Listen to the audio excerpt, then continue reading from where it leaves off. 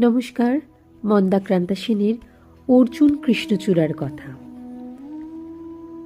অর্জুন গাছ একা ছিল ওই মাঠে, আর্য পুরুষ আভিজাত্যের দম্ভ নত যেন হলো সব গাছ তার কাছে। এইটুকু শুধু আরম্ভ কাহিনীর। কোথা থেকে এলো কৃষ্ণচূড়ার বীজ? যুবতী হলো সে কয়েক বছর পরে, সাঁওতালি মেয়ে, খোঁপায় তীব্র লাল। অর্জুন তাকে চাইল আপন করে। নত জানু হবে এমন মেয়ে সে নয়, বসন্তে সে তো একাই নিজেই সাজে।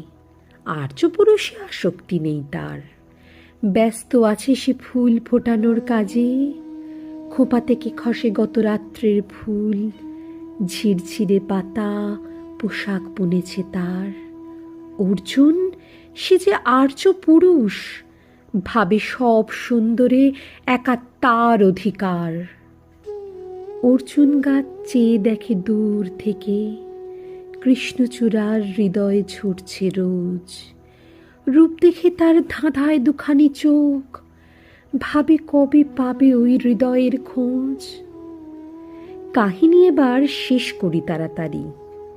কৃষ্ণচূড়ার জেদখানি বড় বেশি। অভিমান সেও বিকোবে না কারো কাছে, বরঞ্চ হবে বন্ধু বা প্রতিবেশী। যদিও কাহিনী এমন সহজ নয়, অর্জুনে শুধু বাকল ঝরেছে। ঝরে সাঁওতালি মেয়ে রক্ত ঝরাতে জানে, আর্য পুরুষ হার মানে অন্তরে। পরের জন্মে অর্জুন গাছ হয়ে কৃষ্ণচূড়াকে বন্ধুর মতো দেখো।